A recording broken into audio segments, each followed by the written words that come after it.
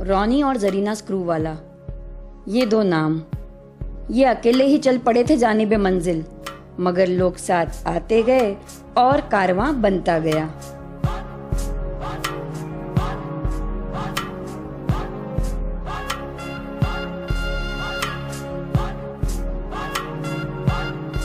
हिम्मत थी अपनी खुली आंखों से नामुमकिन लगते हुए ख्वाब देखने की।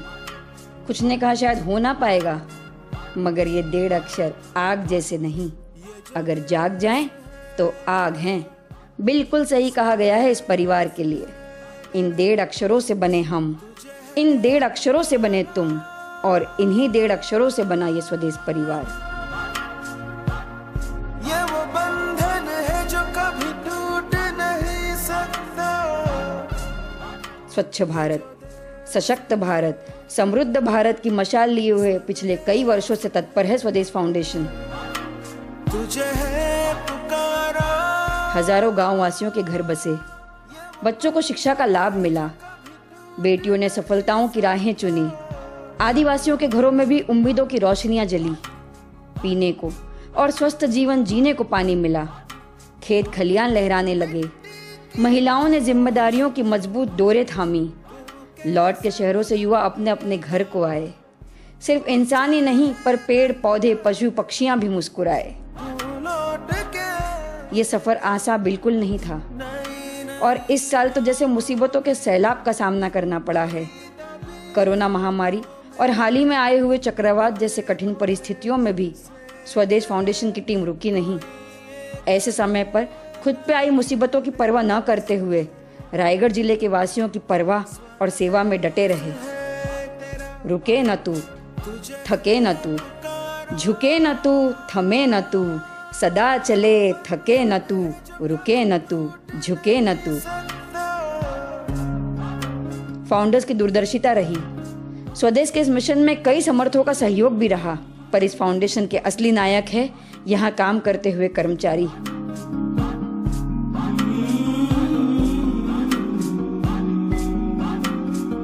स्व से बने देश, स्वदेश आओ मिल के बदले।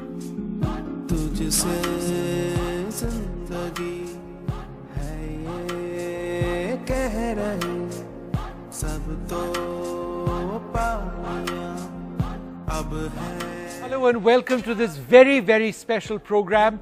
The Swades Building Livelihoods campaign raises funds to build livelihoods of 15,000 plus of the most needy households. Tribals, migrants, daily wage homes and others, the poorest of the poor families in rural Raigad and Nashik districts of Maharashtra. The aim of this telethon is to create self-sustaining communities as we build their capacities, strengthen inputs and market linkages, and ensure that every household earns at least 2 lakh rupees every year through a basket of programs, be it farm-based, off-farm or non-farm interventions. Now this is all done through a series of steps, and we're going to identify on this program what exactly that's all about. We are very privileged to have Ronnie and Zarina Screwwala with us on this program, Dr. Pranoy Roy and my colleague Nidhi Kulpati. तो स्वदेश मुहिम की कोशिश है अपने लोगों को रोजगार का जरिया देकर आत्मनिर्भर बनाने की। एक प्रयास अपने मजदूर, आदिवासी, दिहाड़ी मजदूर, विस्थापित, गरीब से गरीब को सशक्त और सबल बनाने की। जरूरत के अनुसार बेहतर किसानी या फिर स्किल ट्रेनिंग यानी कौशल विकास से उनकी आमदनी में इजाफा करने की। स्वदेश फाउंडेशन ने अब तक ग्रामीण रायगढ़ और नासिक में करीब 2500 एकड़ जमीन को सिंचित किया है। मुर्गी पालन हो, बकरी चरवाना हो, मछली पालन, डेयरी जैसे क्षेत्रों में लगे लोगों की कमाई 25,000 से 80,000 सालाना कर दी गई। संस्था के सहारे और प्रशिक्षण से 13,000 कारोबारी तैयार किए गए। 2,600 युवाओं को रोजगार दिया, जिससे उनकी सालाना कमाई 1 लाख तक हो गई। तो ये संस्था अपने आप को बता दें 150 लोगों की मजबूत फील्ड टीम और ग्राम विकास समिति के साथ मिलकर जरूरतमंदों को चिन्हित कर ट्रेन कर आत्मनिर्भर बनाती है। Thanks Nidhi, and thanks very much Vishnu, and welcome to this very special telethon for me and for all of us. As you've just heard, this program is dedicated to raising funds for really a wonderful organization, Swades, founded and run by Zarina and Ronnie Screwwala. I have known Zarina and Ronnie Screwwala for many decades now, and all I can say is that they are among the finest people I know. Their work has always not only been of the highest level of integrity and ethics, it's also the finest quality. And the work they're doing with the poorest of the poor families in our rural areas now is amazing, as you will see as this program moves on.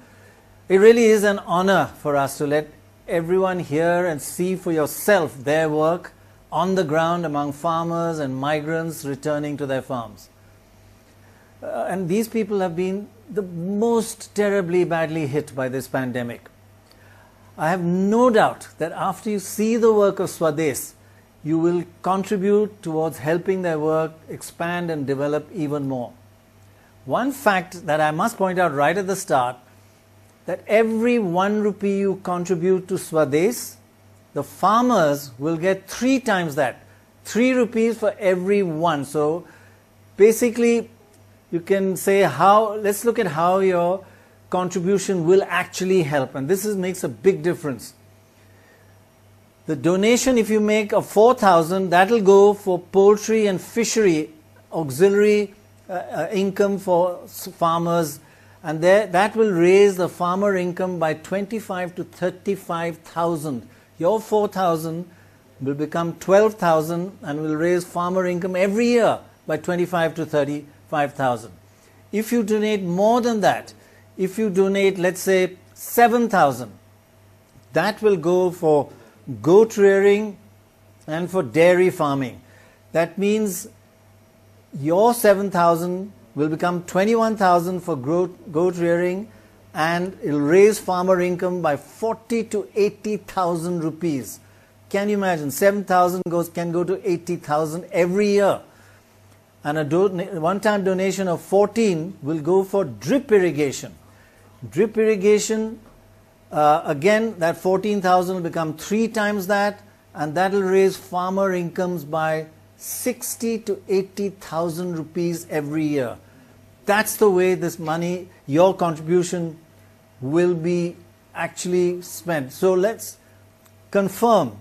Your contribution will be multiplied by 3. Every 1 rupee donation you give, that will be, or a contribution you give, will be matched by a corporate donor of another 1 rupee, and then by Swades themselves will match another 1 rupee.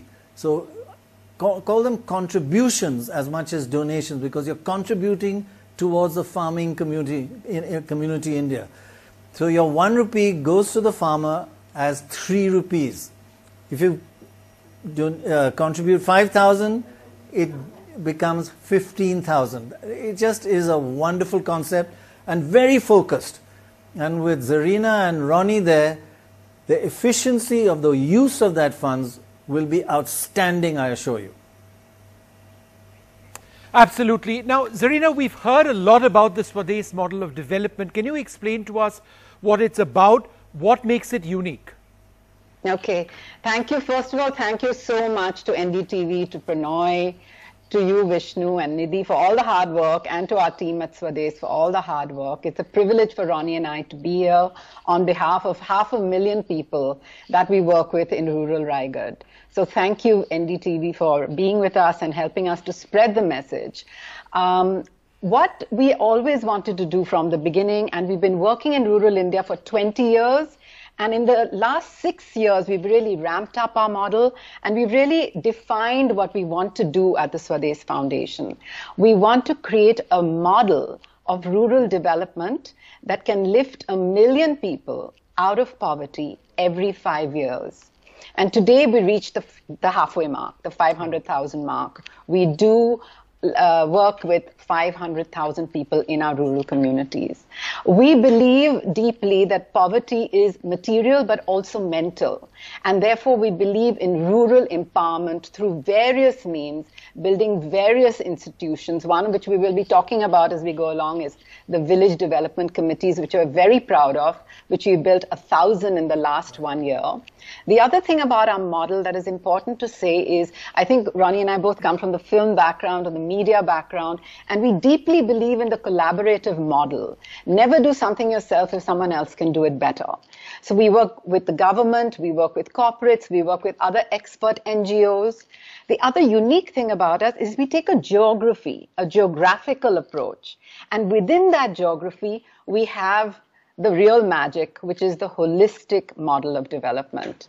So we're currently working in 2,500 villages, as I said, with half a million people. And the other thing I wanted to say, though we're called the foundation, we are really working at the grassroots. We actually have 1,000 community volunteers, and to add to that, we have 300 full-time staff, out of which 90% work at the grassroots. So we're a grassroots execution foundation. And as I said, the real magic of Swades, the uniqueness of Swades, is our 360-degree model, one of which, and maybe our pinnacle, is livelihoods, which we're discussing today. And I'd like to hand over to Ronnie to really explain this 360-degree approach, if I may. Yeah, I was just going to ask Ronnie, actually. Zarina, that's very interesting. What you said is just amazing, actually. Two things I'd like to ask Ronnie. Just go into a little more detail about what Zarina just outlined, and that is 360. What exactly does it mean? And also, if you could explain to us, at this time of a pandemic, it must be really, really tough to reach out and do your work. How are you tackling that? Yeah, thanks, Pranay, and thanks for explaining it right in the beginning, the kind of impact that donations can have today on a 3x multiple. And Zarina has given a very clear idea of what we do. I think the aspect of being an execution foundation really means, like anybody else in the social form, I think there's incredible work being going on by many people. But our ability to be right in front allows us to be nimble, most of us in the NGO space think this is what the community wants, and we go out to deliver that. We rarely look at what the community may want in return. We got to build their trust. So the 360-degree for us, the basic summation was, it's all interdependent. I can't solve the school problem if I don't solve the water problem. I can't solve empowerment problem if I don't solve the livelihood problem.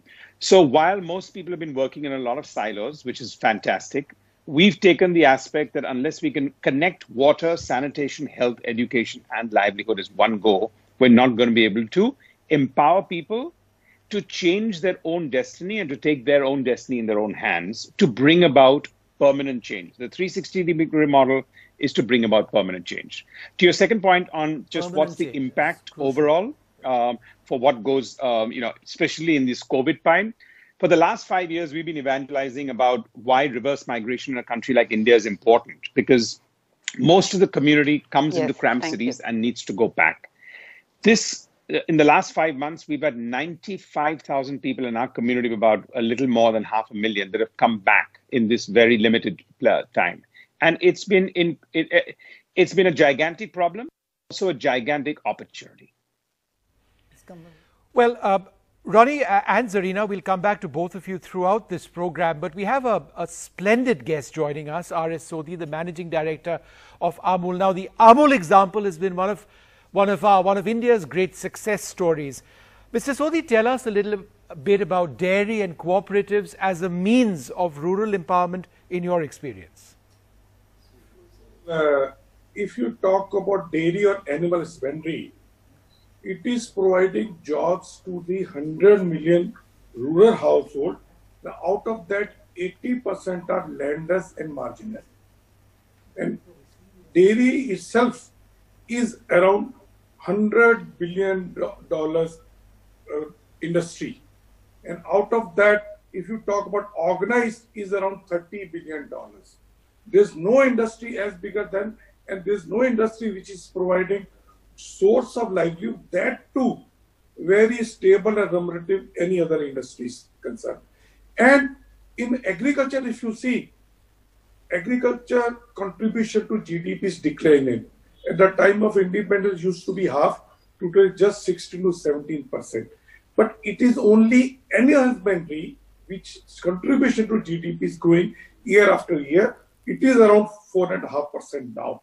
Reason is simple. Now, with more prosperity, more income, we are consuming more and more food which is protein and fat rich. And animal husbandry is providing both protein and fat. And like now, you showed just now that what you are doing, Swades is doing, movement is doing, and you will see the best source of income in India, where you already have got market is animal husbandry, be it dairy, poultry, or fisheries. And if you see the potentiality is immense. Today we have got 135 crore people, which will be 170 crore people by 2050. So market is, so we have got 170 1.70 billion stomach to feed, and that is the market which we have got, and that is the much food we have to grow. And let me tell you, all of us, we know that, I mean, during COVID, the one subject, one industry which everybody was talking about, food. Yeah, so I just got to say that we've been following Amul ever since it started, Mr. Kurian, and it's one of the most impressive, huge cooperative companies, organizations that have really succeeded. But tell us, you know, in your lessons that you have learned over these years, and how can NGOs also learn? How do cooperatives have to think differently from private companies? Well, I don't think when you are a cooperative or private, you can be business goals or business philosophies or business efficiency will be different.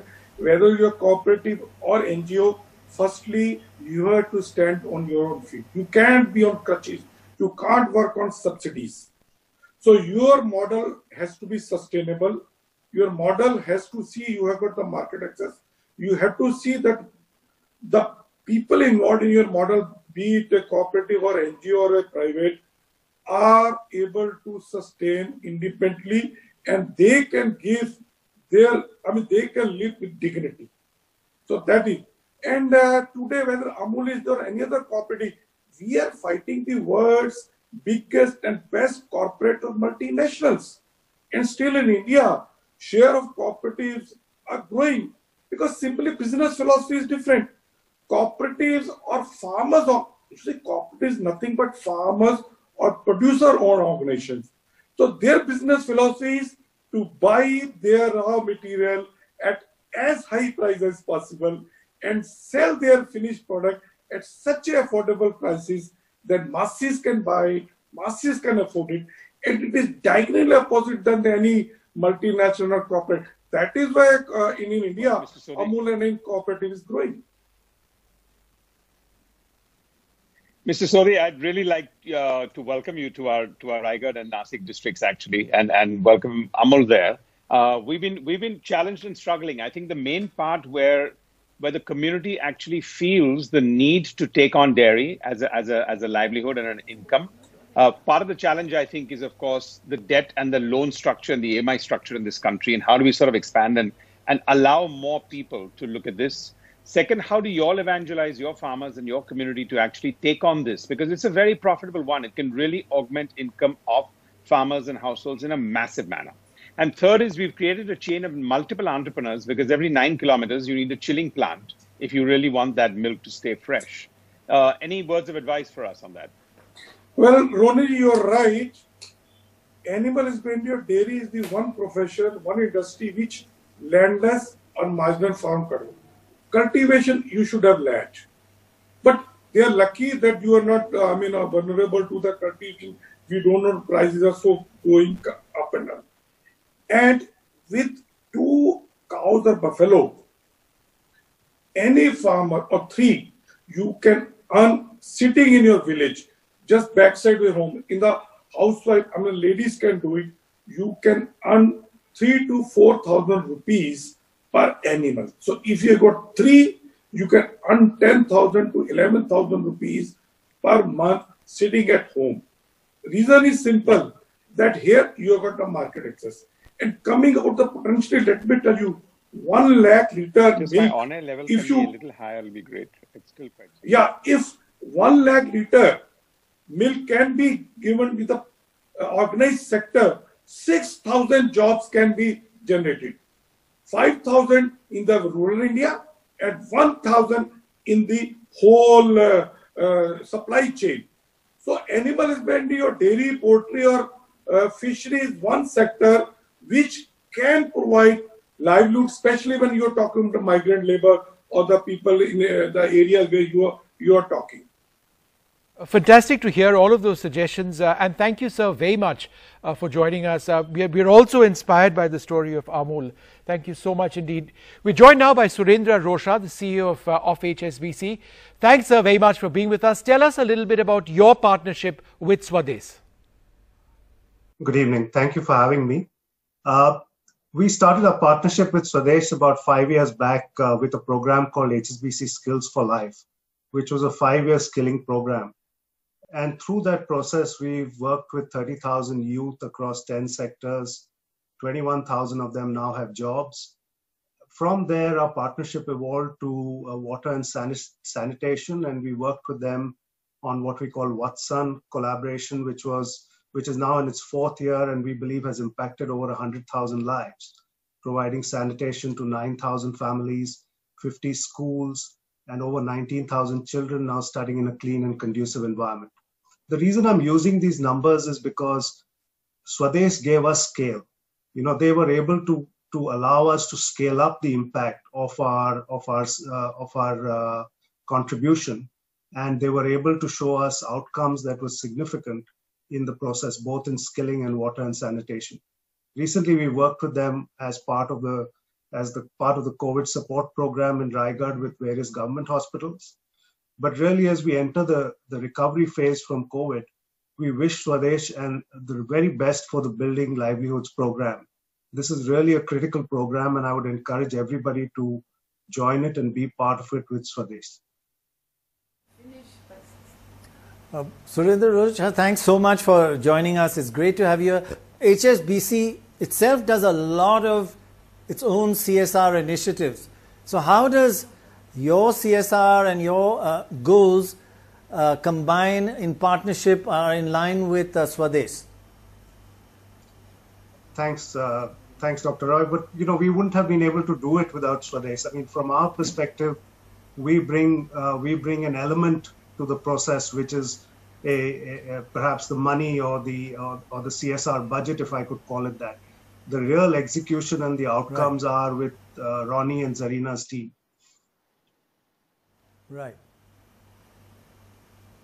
A fantastic announcement to make, and it's the first of what we all hope would be many. We'd like to thank C.H. Robinson for the CSR donation of 5 lakhs to this cause. We've got our first runs on the board. I assure you, we'll score a lot more by the end of this.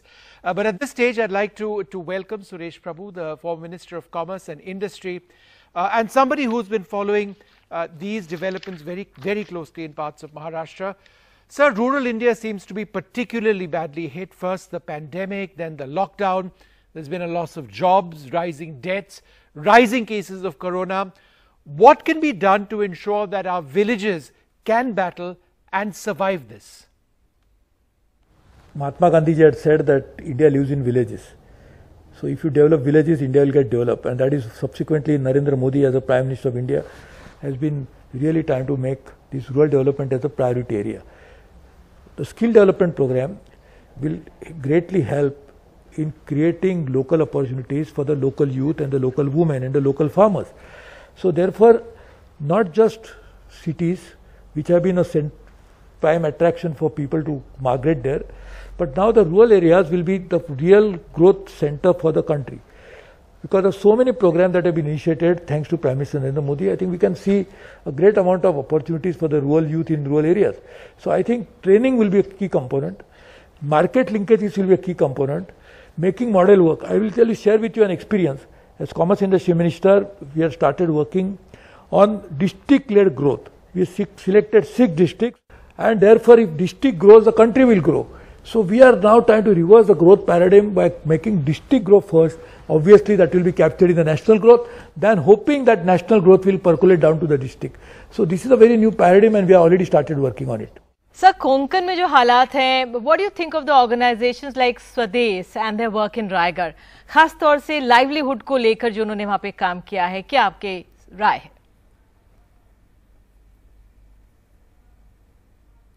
As I told you, the non-governmental organization will play a very key role. And my personal experience, because we have been running this Manav Sadhan Vikas Samstha and NGO for the last 25 years, and we have seen the results on the ground, and we are very encouraged by the fact that when you actually start putting the holistic development model, which we have been promoting, obviously that is something which people like it. So I am sure Swades and others can work together and make sure that we can actually develop together a most sustainable livelihoods, most sustainable development model, most sustainable societies, and obviously therefore most sustainable possibilities for the future. बहुत बहुत धन्यवाद sir जुड़ने के लिए, समय निकालने के लिए और जुड़ने के लिए इस मुहिम के साथ. In fact, Nidhi, what was interesting that right at the end he mentioned about the possibility of working with Swades. Now, Zarina, tell us, do you have any collaborations with the government? Is it actually something that you are thinking of? Yes, we do actually have several collaborations and MOUs with the government. Actually, without the government, you really cannot achieve scale. So it was wonderful that Rosha said we help to achieve scale for HSBC, but really the government helps us achieve scale. So we really believe deeply in working with the government because it's very much a part of our collaborative approach. And at both the state level and the district level, we have so many heroes who we have met who are amazing people, dynamic people. So we have MOUs in education, in health, and one of the two that we're really very proud of is we have one with the government of Maharashtra to create 1,000 dream villages in the next 5 years.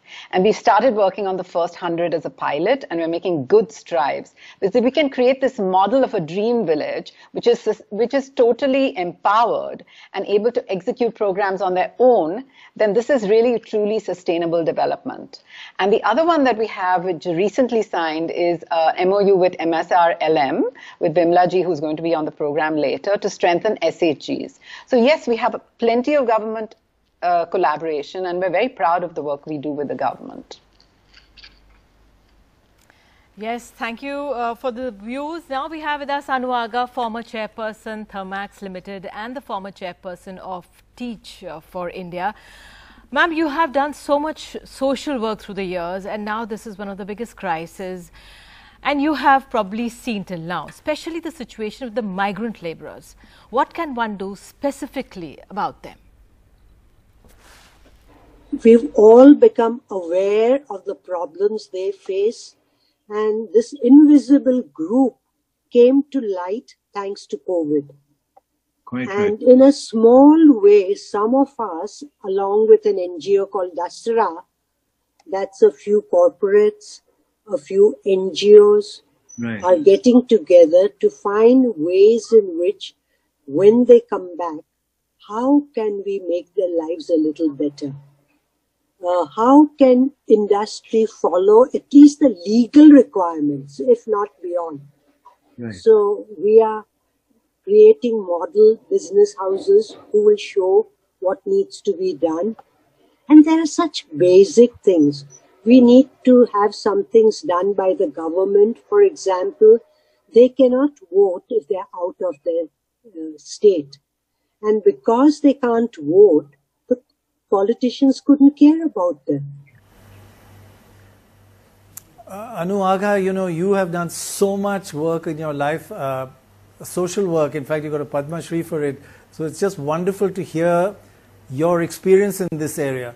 And I think one of the key things that Swades is doing, and which you also alluded to, is not just a one-time handout to people, but providing them finding work, and not just farm work, other kinds of work, so their lives are sustainable in the long run, right? Even outside urban areas. Swades is doing that in a unique 360 approach for poverty alleviation. And they started this work way before COVID was there.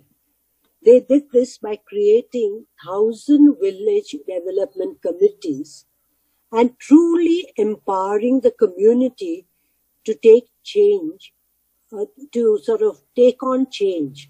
Yes, yes. And take charge of their own lives. Anu ji बहुत बहुत शुक्रिया हमारे साथ जुड़ने के लिए.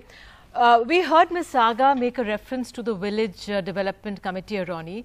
Tell us what you are doing to enable them to solve their own problems in the villages. You know, when we scaled up about 4 or 5 years, one of our key learning lessons was, as entrepreneurs and as first-generation entrepreneurs, we set our own targets, but the villages don't necessarily need to match our targets.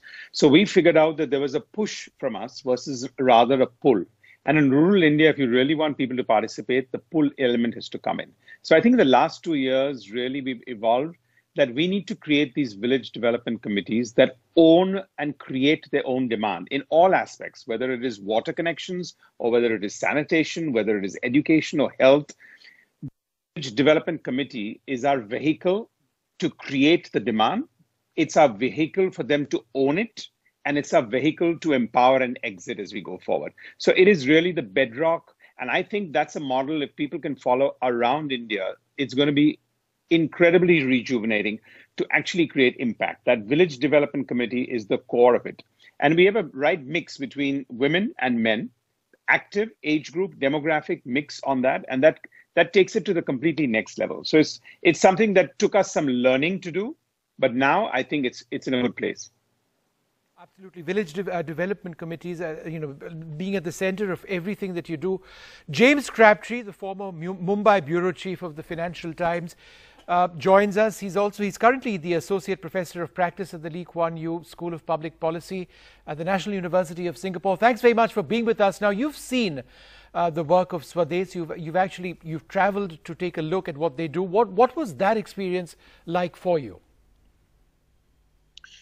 I think that the thing that jumped out at me when I began to learn about the foundation by Ronnie and Zarina was the approach of looking at whole villages and trying to look at many different kinds of interventions in one place and realizing that in a sense many charities try and fix one thing that's going wrong in a local area, water or a school or a health clinic, but that actually what you need to do is throw the whole kitchen sink at a problem. And so that was what I found interesting when, in a sense, Ronnie first began to tell me about the projects and what they were funding. These kind of model village projects were the things that I thought were most interesting and that I've been tracking a little bit, albeit from here in Singapore now rather than in India.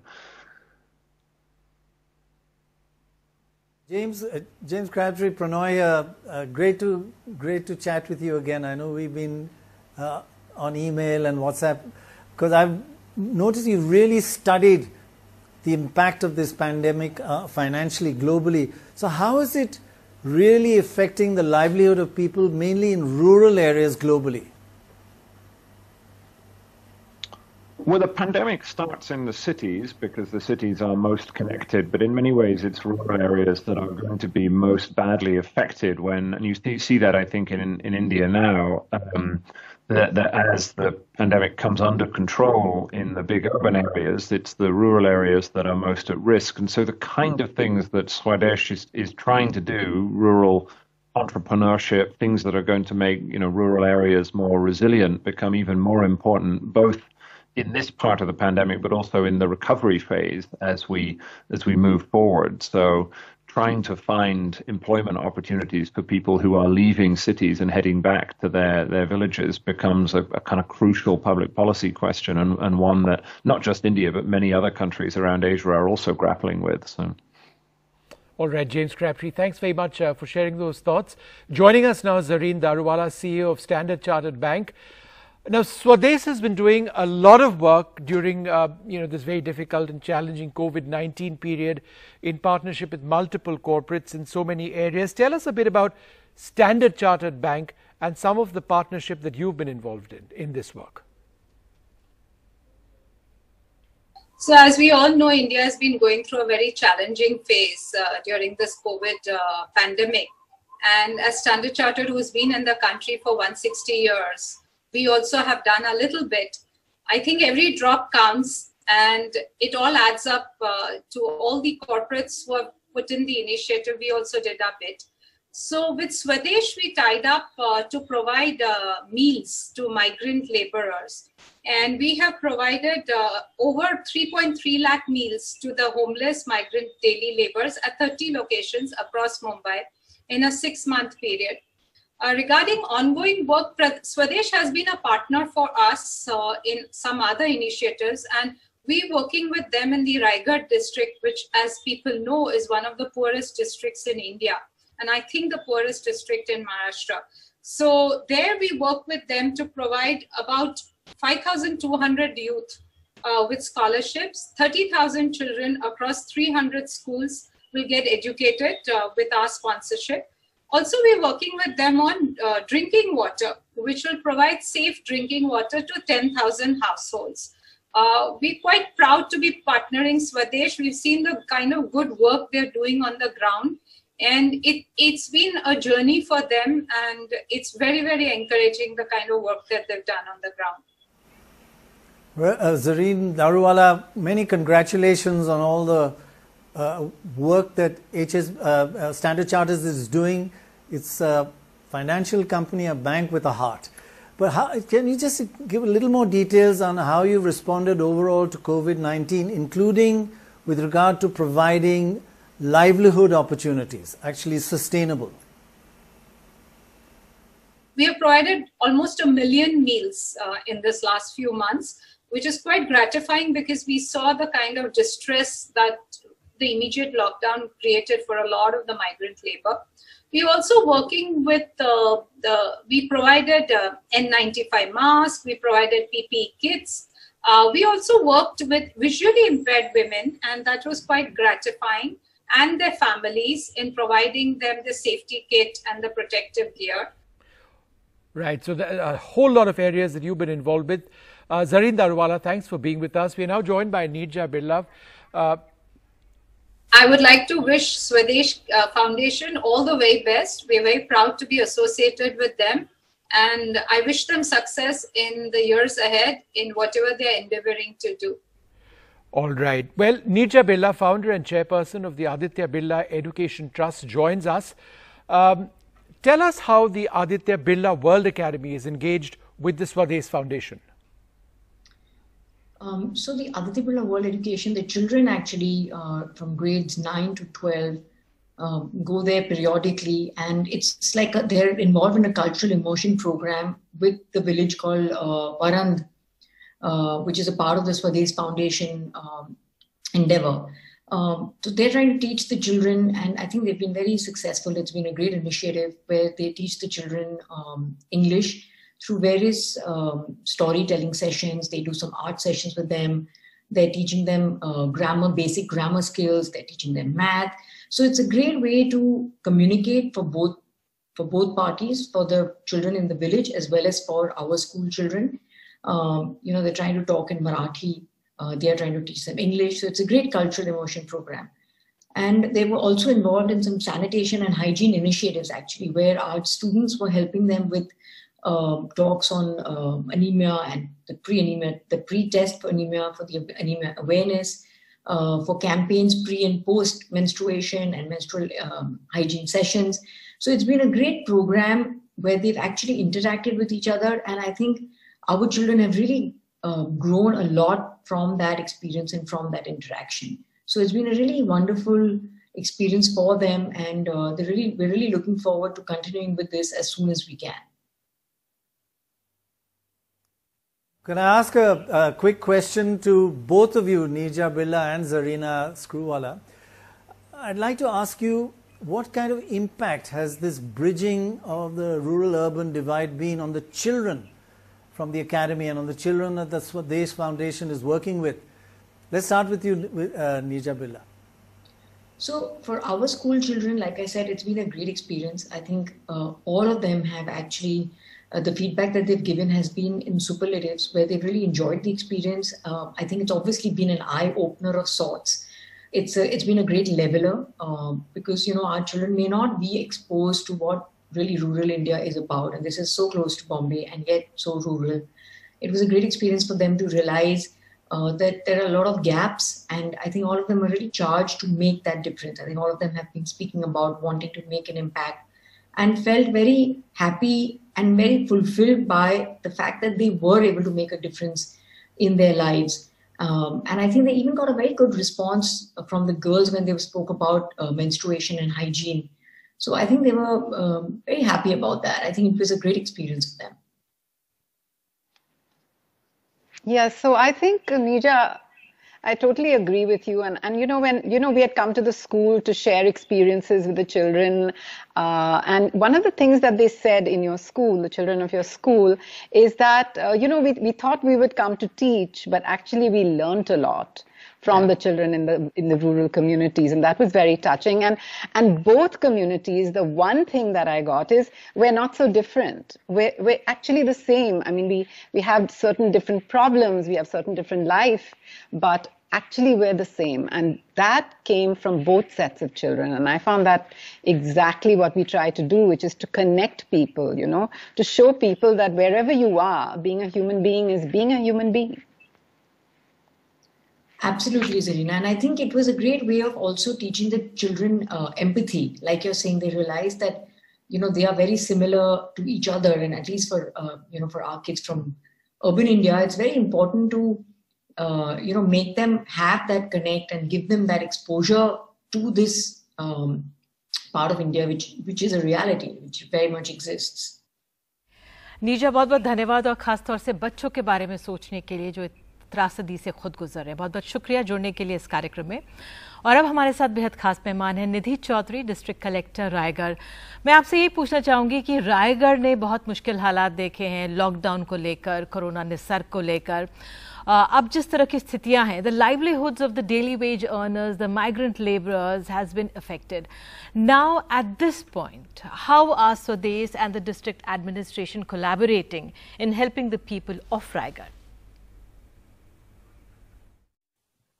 Swadesh has been working in this district for past many years. I remember when I was SDM here, even at that point of time, Swadesh used to work extensively for water conservation and sanitation activities. It has worked towards building toilets under Swachh Bharat Abhiyan. And later, Swadesh focused more on livelihood building in 7 blocks of Raigad district, in which tribal population is mostly located. And of late, even during lockdown, as I told, that we allowed civil society organization to work towards livelihood promotion, and Swadesh was one of the good civil society organization working in our district, which worked towards promotion of self-help groups, pottery, dairy, skill building activities for tribals. And it has collaborated with us in COVID management also. Swadesh has basically given support in way of giving us PPE kits and ventilators and other medical equipments for the frontline workers and also government hospitals. So it has been a very close collaboration with Swadesh as far as COVID-19 crisis goes.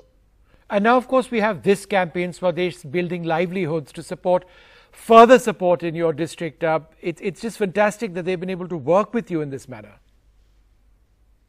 Raigad has a big tribal population, and many of these tribals migrated out of district, and this migration affects tribal children in a big way, and this results into malnutrition and hampering of their education and future growth also. And this initiative of Swadesh Building Livelihoods can, as I'm being told that it is going to cater to 15,000 families to rebuild their lives and to seek self-employment. This is a very good initiative. I would like to appeal to all citizens to generously contribute towards this Swadesh Building Livelihoods campaign of NDTV and Swadesh. बहुत बहुत धन्यवाद, और उम्मीद करते हैं कि हम fund इकट्ठा करें कि रायगढ़ के लोगों की मदद हो.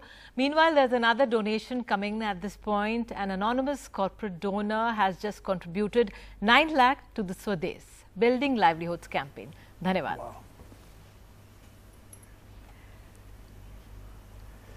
Could I, Zarina Screwvala, could I ask you a question? That's great news. The donations are coming in, or the contributions, and everything is going to be multiplied by 3, as we said at the start. But I just wanted to know that what has Swades's response been to the twin disasters to strike this region that you're working on, a really poor region anyway, and now it's the pandemic compounded by the cyclone.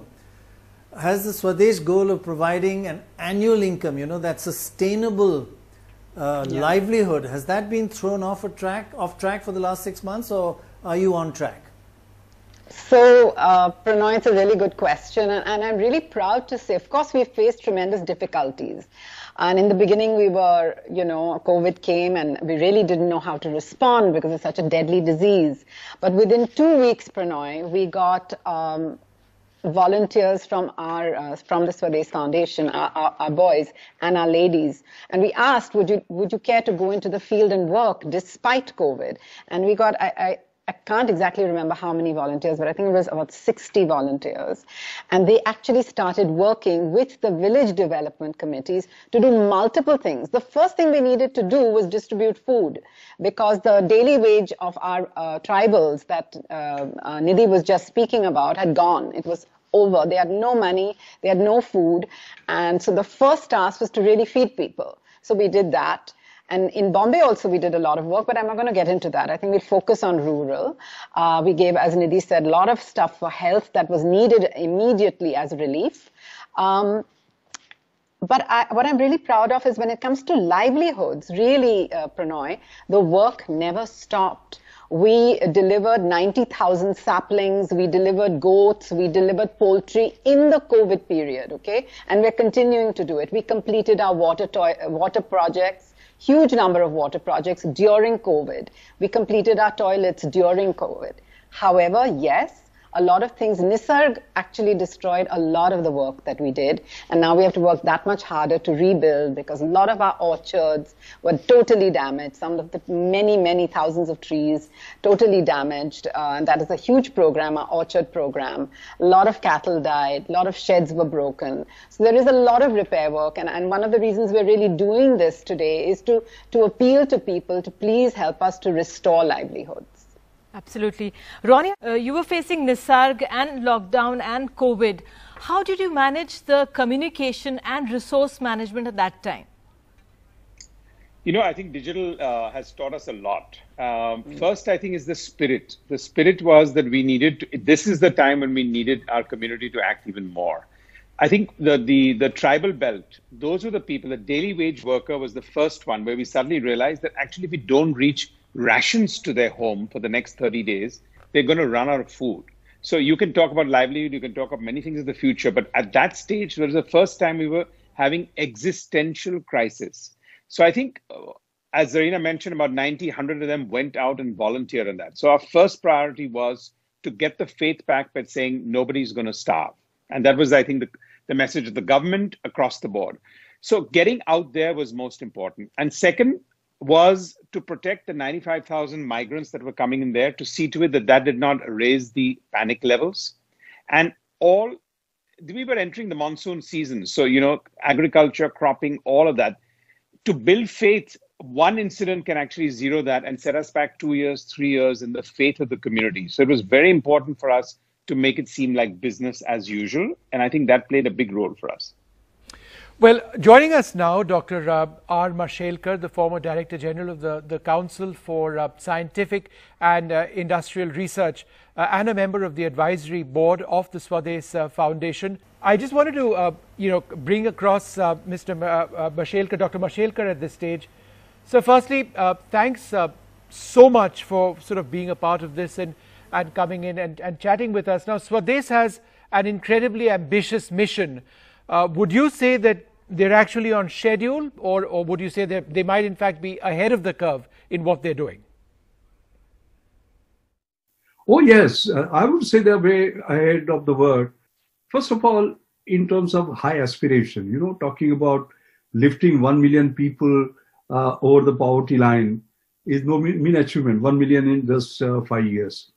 And then I would say their idea of trust, building a trust within the community so that they participate. then team building, and then aiming at transformation, the trust, team, and transform. I think that is another sort of strong force multiplier. And they do it with speed, attain scale, and do it sustainability. So I would say that is why they are ahead of the curve. And see, many things that we now talk about, they have done already. For example, on 15 August 2019, our Honorable Prime Minister talked about Har Nal Se Jal, all right, in terms of water. But if you see, they have already done it several years ago in terms of ensuring that every household gets 200 liter of water. We talk about reverse migration. I think the way they actively created reverse migration from Mumbai to those areas in Raigad, I think is absolutely incredible.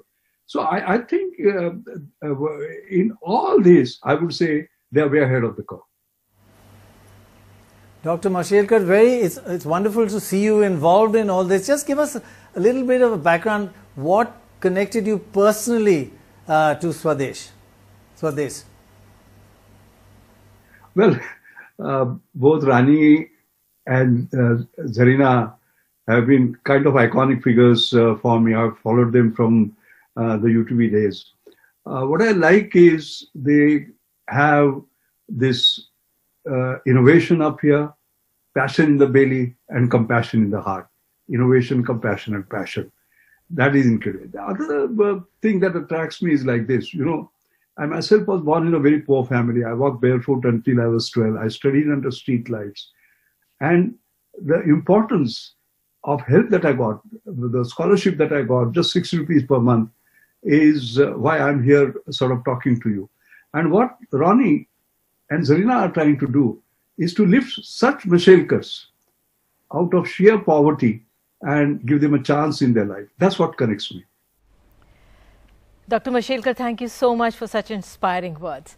And now we have Manika Batra, Rajiv Gandhi Khel Ratna awardee, table tennis mein mila hai inko. So Manika, I'd like to ask you, as we try and get back to this new normal, so many workers have gone back to their villages and town, और उनकी जो समस्याएं हैं बहुत हम सबके सामने हैं. So क्या राय, क्या सोच, what are your thoughts for them? The first and foremost thing that I want all of us to focus on is our own health. Health is not merely wealth. It is far, far more precious than wealth. We should all adopt a healthy lifestyle. And while we take care of our own health, we must also preserve our sensitivity towards the underprivileged sections of our society. Any kind of crisis hits these sections the hardest. If we are good to them, we are best to ourselves, I feel. Like for example, my sports center where I train in Pune has been training street children in table tennis for last 3 years, which is, I feel outstanding. Of course, now the training is halted due to this lockdown, but if we all care for those underprivileged sections in our own different ways, it actually helps us more than it helps them, I feel, because it gives us joy, satisfactions when we help them, when we provide those basic needs to them. So yeah, I feel very happy when I do all these things. बिल्कुल, बहुत अच्छा लगा सुनकर कि किस तरह से आपने बच्चों को सिखाया table tennis. You're such an inspiration yourself, a sports star, and people look up to you. अगर आप एक चीज लोगों से कुछ कहना चाहेंगी कि वो करें, वो क्या होगा? This is really a big calamity, of course, but there is an opportunity in every calamity. I think that the government and private companies should seize this opportunity and create employment, generating infrastructure in small and medium towns. CSR funds and LED funds of lawmakers can be used for this. Emphasis should be on imparting skills and knowledge and not just giving aid. This will empower people to find employment in their own towns. Migration to megacities will become much less necessary. Population density in megacities will decrease, and so infections will also decrease. I know this is a long-term solution, but as they say, this may be a very long way, but if it is the only way, trust me, then it is actually the shortest way. All right, Manika, thanks so much for being with us. Well, we've got some fantastic news, absolutely fantastic news coming in. Sony Pictures Networks India has just contributed 98 lakh rupees. This is their donation for continued COVID relief work. Thank you so much for your generosity. That's absolutely fantastic. That's fantastic, fantastic. You know, and you know, it's just so wonderful that people are coming in, contributing in this manner. Again, it's going to build up, and you can keep contributing even once this program is over, and I think that's a key point, and we're going to repeat that point later.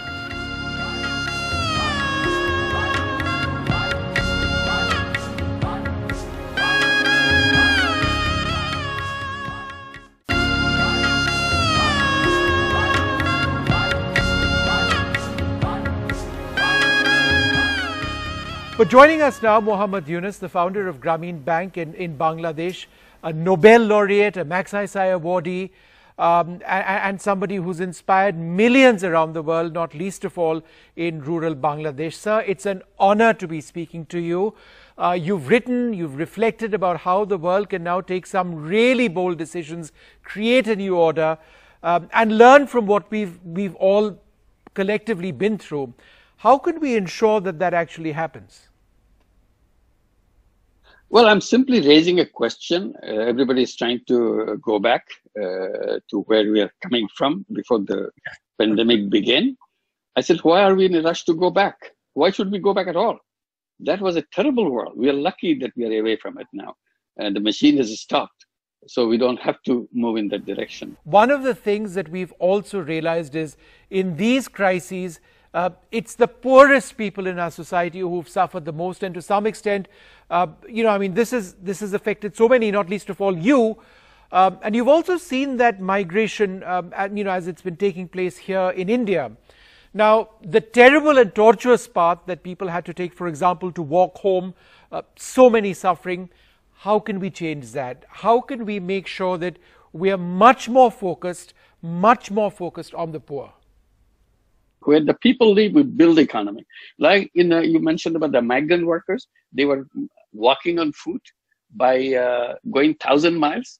I said, why people have to have a kind of survival livelihood by going 1,000 miles? Does it make sense? Why can't we create an economy where you don't have to leave your home, the place of your birth, to have a survival level economy?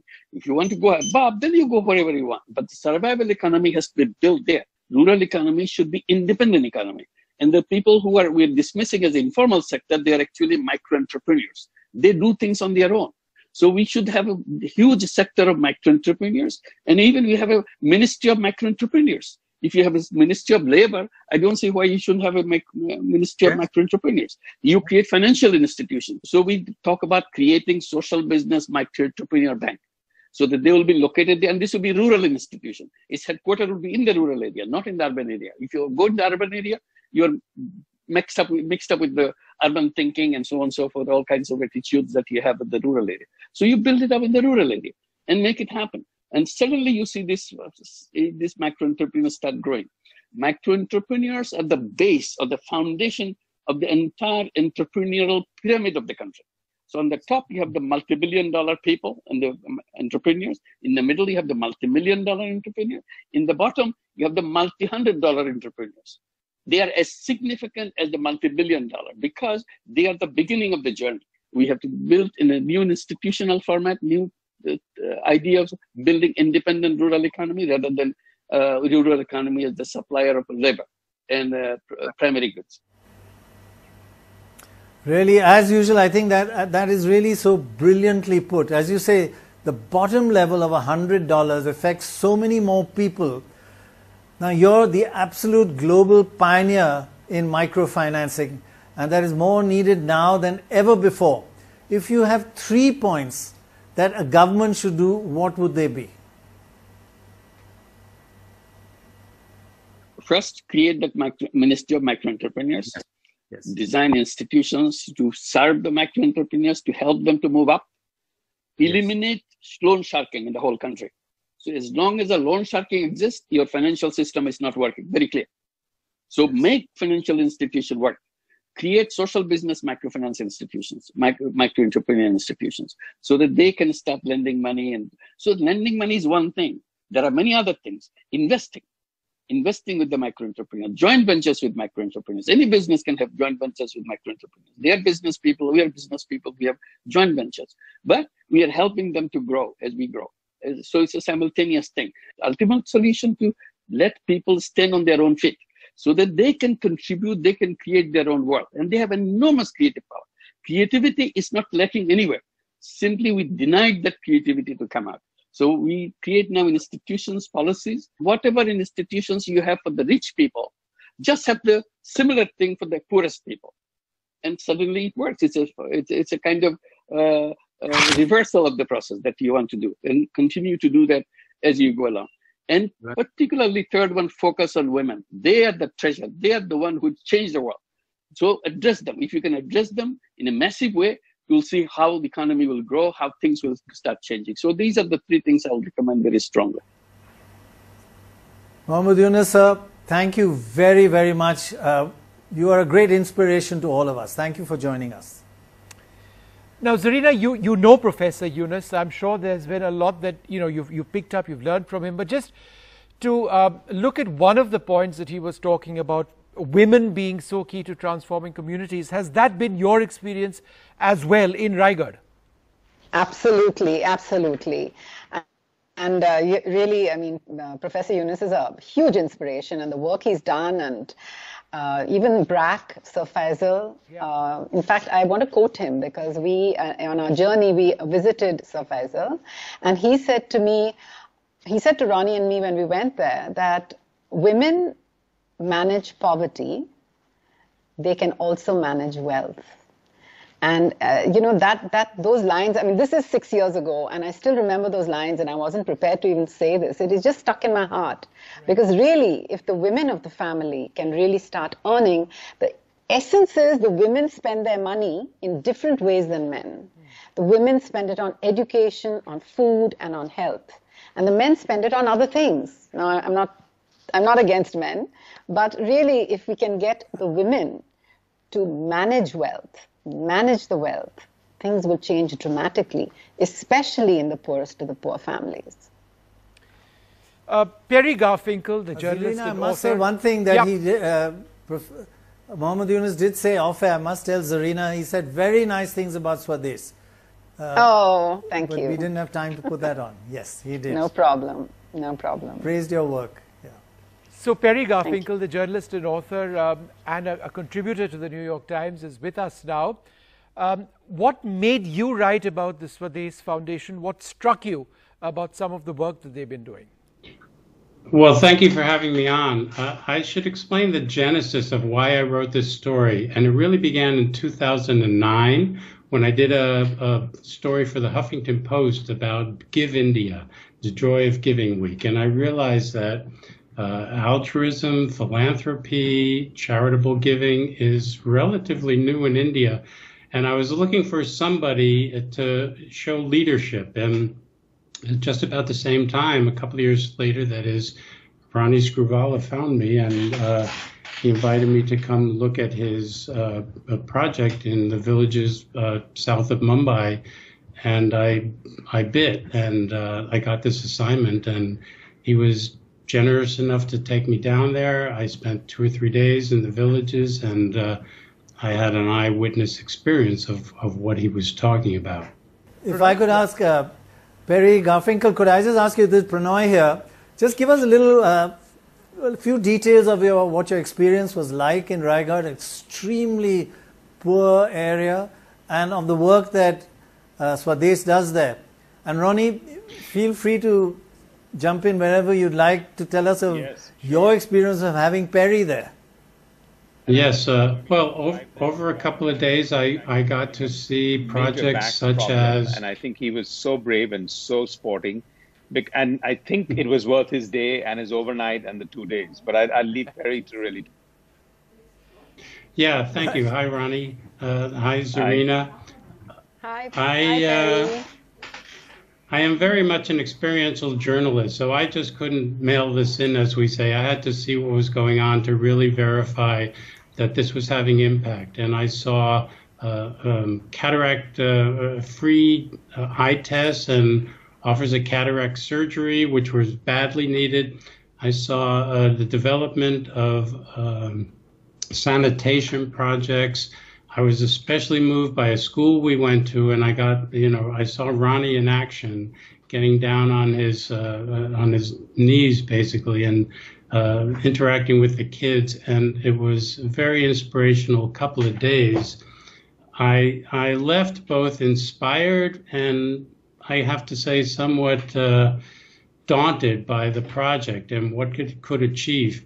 The other day, the organization sent me some updates on numbers I had used in the New York Times, and Ronnie uses the word scale a lot, and I see how dramatically this project has scaled up in just 3.5 years. There is one figure, though, and the Scruvalas will corroborate this, that you cannot really quantify, but it may be the most important element, which is aspiration. Showing people in these villages that there is a way up is difficult because from where they're coming, they don't see an up. And the most important thing I think this project offers is hope, and that's hard to quantify. Perry, thank you so much for such kind words. Thank you for joining in. And now we have a special message. R. Vimla, CEO of the Maharashtra State Rural Livelihoods Mission. उनका संदेश है, आइए सुनाते हैं आपको. Swades is really similar to us. They have this policy of educate, engage, empower, and also exit, which also is a part of NRLM principles, because we believe that the community has to take care of itself, and ultimately we should exit from the community, and government support should be as less as possible. We will be working together in 2 districts. We have signed an MOU for Raigad and Nashik, and I'm extremely happy about this, because establishing an urban-rural connect is very important, and which is what we are poised to do with Swades. Because already they are working with over 25,000 households now. They have more than 1,700 groups. And with this partnership, I think we will be able to reach out to more than 2 lakh households in the coming years. And by the end of 2023, when NRLM policy is about to exit, we would have reached out to more than 4 lakh households, I think. And this is going to be a really wonderful partnership, not only for Raigad and Nashik, I think for also Maharashtra, because I really truly believe that with Swades, we will not be ek aur ek do, but ek aur ek 11. So looking forward to this partnership. All right, ma'am. Thanks very much for being with us with that message. Joining us now, Vikas Khanna, chef, restaurateur, cookbook writer and humanitarian. Now, during the coronavirus, unemployment, the loss of jobs, so many have been affected. There's a sense of panic, there's a sense of helplessness. And you see a lot of that, don't you? Don't you think it is now more than ever a time to build sustainable livelihoods? In other words, the Swades model is essential now, perhaps more than even in the past. Well, I think not just India. The helplessness has captured the entire planet right now. And, I had one of the most successful catering businesses in New York, and everything was shut off. Everything was shut off. We were opening a new restaurant. Everything was shut off. But I still wanted to believe in the positivity of the moment. And we're still open during this time, a restaurant in Dubai, Elora. I just opened on August 14th. मुझे लगता है कि we will have to have a leadership which is more creative in creating jobs again.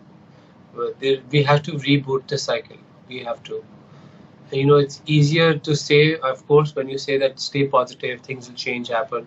No, we need a certain leadership of people in their fields to be more than ever to be coming out and creating job opportunities. Vikas Khanna, good talking to you again, and I'm still amazed at the work that you're doing, have done and that you're doing. and you are a self-made person yourself. And like Swades focuses on developing skills, you know that more than anybody else. Wouldn't you agree how important developing a skill is? Absolutely, but in the last few years, we've hired more chefs who don't come from cooking colleges. But one thing which is amazing about educational systems, of systematic educational system, is also because it gives you discipline. When companies are hiring people who have degrees in education, and of course, but you have to be skilled. Without skill, education can't help you. You have to be in that focus line that you are able to learn a new trick of the trade, because otherwise बहुत मुश्किल है to get jobs in high position if you're not skilled just with educational degrees, because there are so many people with degrees right now. विकास, बहुत बहुत शुक्रिया जुड़ने के लिए। वाकई में स्किल ट्रेनिंग बहुत अहम है आज के इस दौर में। और अब एक अच्छी खबर बता दें, at this point we would like to give our thanks to Marsh McLennan Global Services India, a part of Marsh and McLennan companies, for pledging 20 lakhs in CSR towards upliftment of 150 rural families. बहुत बहुत धन्यवाद। Well, we've got a wonderful guest now, Arundhati Bhattacharya, former chairperson of the State Bank of India, somebody who I've interacted with extensively over the last several years. It's great to have you on this program and speak to you. In this pandemic, opportunities in urban areas, particularly in the services sector, has really gone down, hasn't it? There are hardly any opportunities now for quite a while. What do you think can be done to augment incomes and opportunities in rural India beyond only agriculture? Of course, there is agriculture, but something that can be sustainable in the rural economy beyond agriculture itself. So, in the rural economy, we definitely need to go beyond just agriculture. And it's something that I've been saying for a long time. Because, if you look at agricultural income normally comes in a kind of a bunch. So if you're, farming, say, for sugarcane, you'll get your money once a year. And then you have to properly husband it across the entire year in order to ensure that you have a proper lifestyle. And we know that where there is a lot more demand than income, it's difficult to husband cash. What are the income streams that we are seeing in the services area?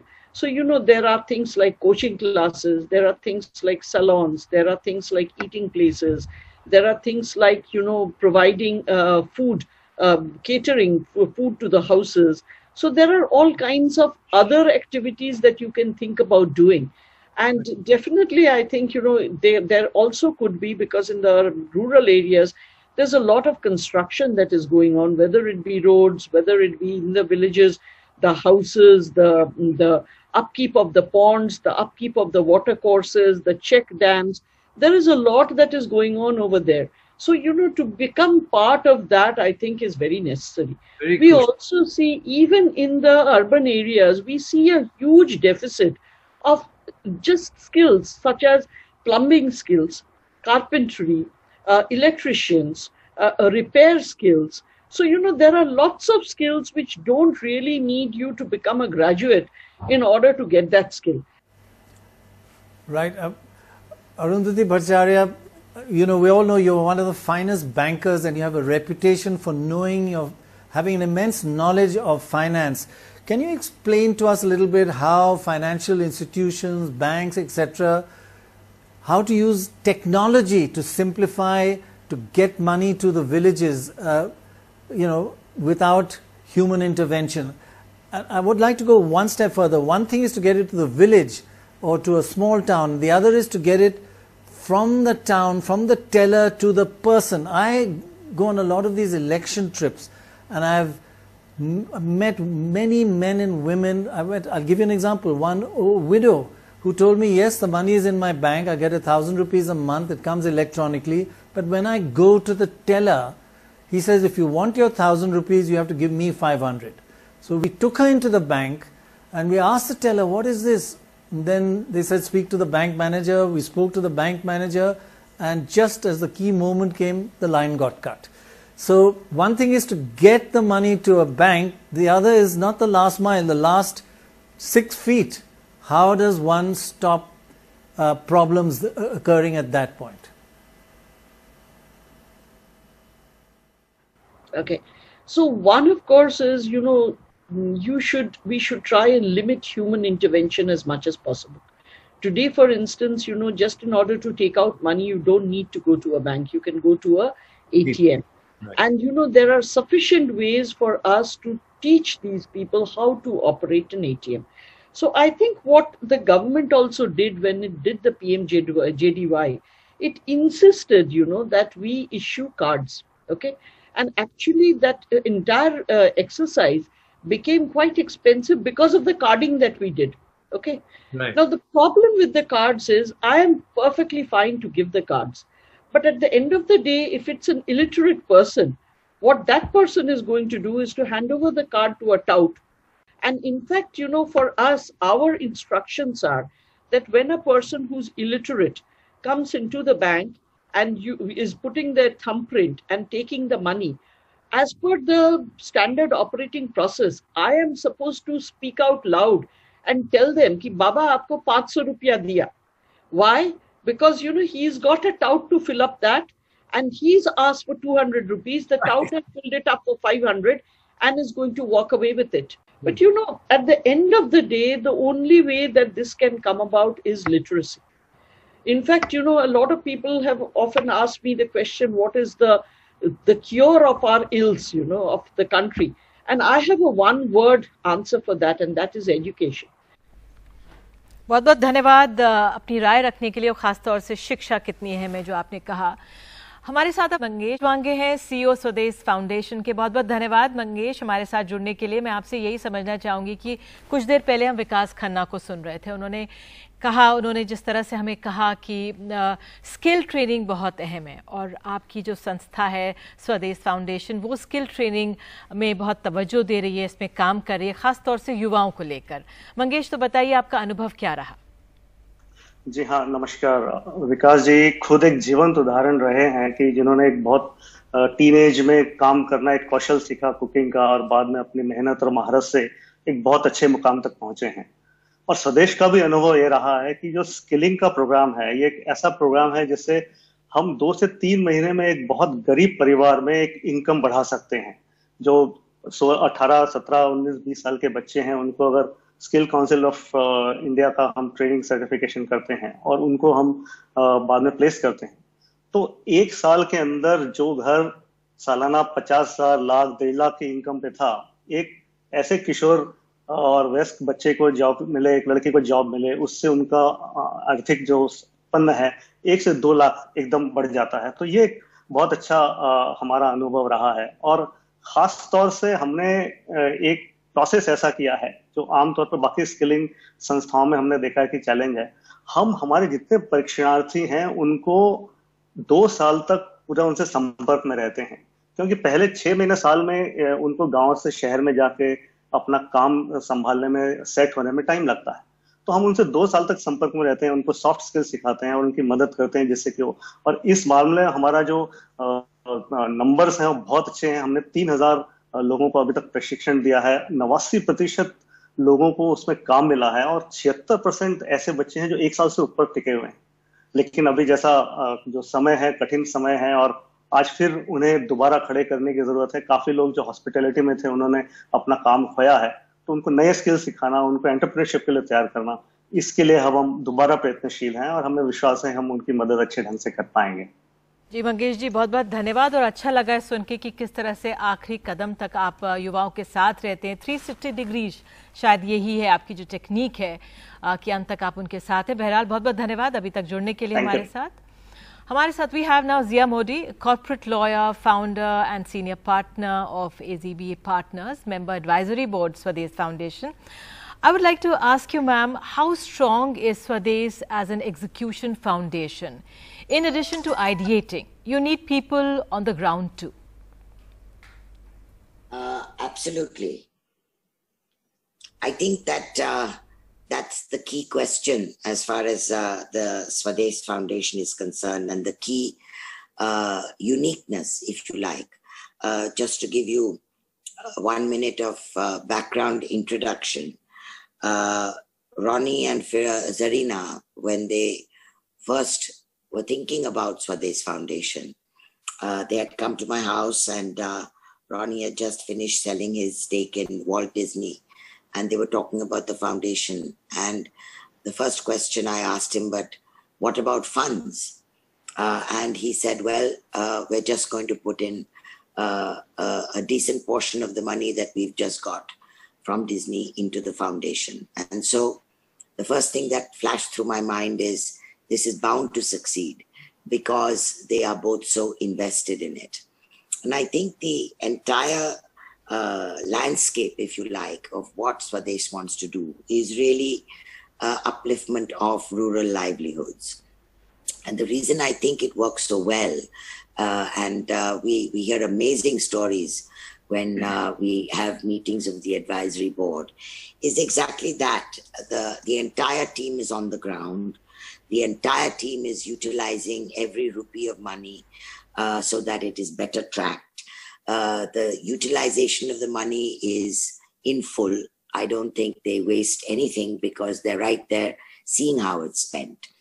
And the sweat that is poured into the entire activity of the team, you can see the results year on year and really what the outcomes are.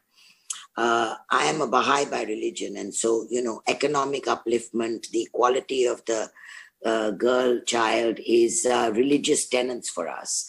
So Swades really appeals to me, and I think that, you know, they take a lot of the learnings and the mistakes that they have made and re-engineer the model when they go back the next time to the village. Zia Modi, a question to you, and then, you know, I'd ask Ronnie to sort of come in with his views as well. How much of a benefit is it to have people drawn from local communities volunteering to work at the grassroots level in their own areas? Zia? I think it makes sense because they know the problems of their people, right? Ultimately, what are you trying to do? To remove pain points in as seamless and unobtrusive a way as possible.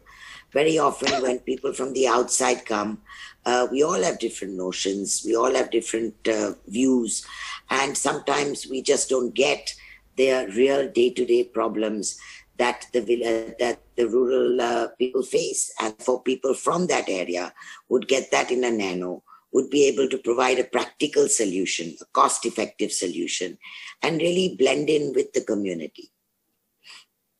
Yeah, I totally agree. You know, I think trust is such an important element when you're doing anything in rural India. You've got to build that trust. And actually, when we started off also, we started with 30, 40 villages, and then we grew to 2,200 villages. But during that period of time, the best way for us to enter new villages was to take colleagues where we had done some work and who can talk more than what we would talk. So really the community talking to the community, like any other peer-to-peer learning we have in our business world, is pretty much how it works. And I think that's the most powerful medium. Trust then becomes something that becomes a very strong pillar.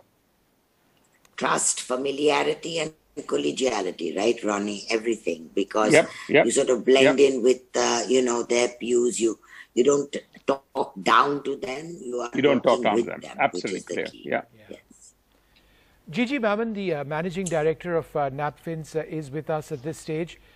How has NAPFINS been helping small and marginal farmers and rural households overcome livelihood challenges, some of which predate the pandemic itself?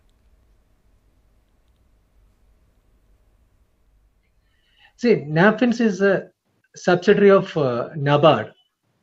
It is previously known as NABARD Financial Services Limited. It's a microfinance institution engaged in providing microcredit to the rural populace. Basically, the people who are vulnerable, poor, for helping them in getting livelihood or supporting them in livelihood, NAPFINS provide in the microcredit, and that's how we are working. In fact, this is working for the last 10 years, and we had been helping across the country, around 16 states we are working. And we have so far supported more than 8 lakh families, 8 lakh members and 8 lakh families with around 7,000 plus crores of credit support. So, Gigi Mammon, if you could give us some details of how you're working with Swades to provide these benefits to the people of Raigad in particular?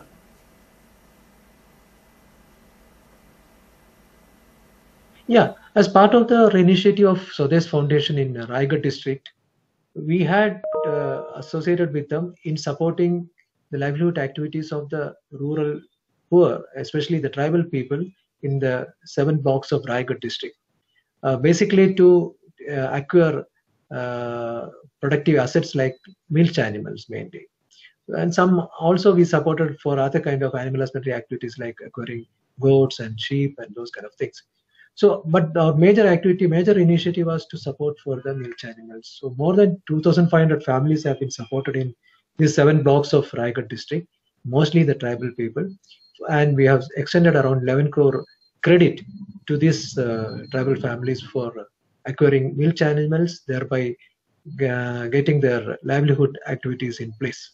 Mr. Maman, now, could you share your thoughts on this campaign, the Swades Building Livelihoods campaign, and its relevance in times such as these? In this time of suffering and difficulty, we need to stand by the people who are really affected by the COVID pandemic, and we need to extend them the kind of support and financial assistance to them. NAFINS is one organization would be committed to provide the financial support to all these people wherever we are able to reach, and provide them the credit so that they would be in a position to come back to their life through the various livelihood activities.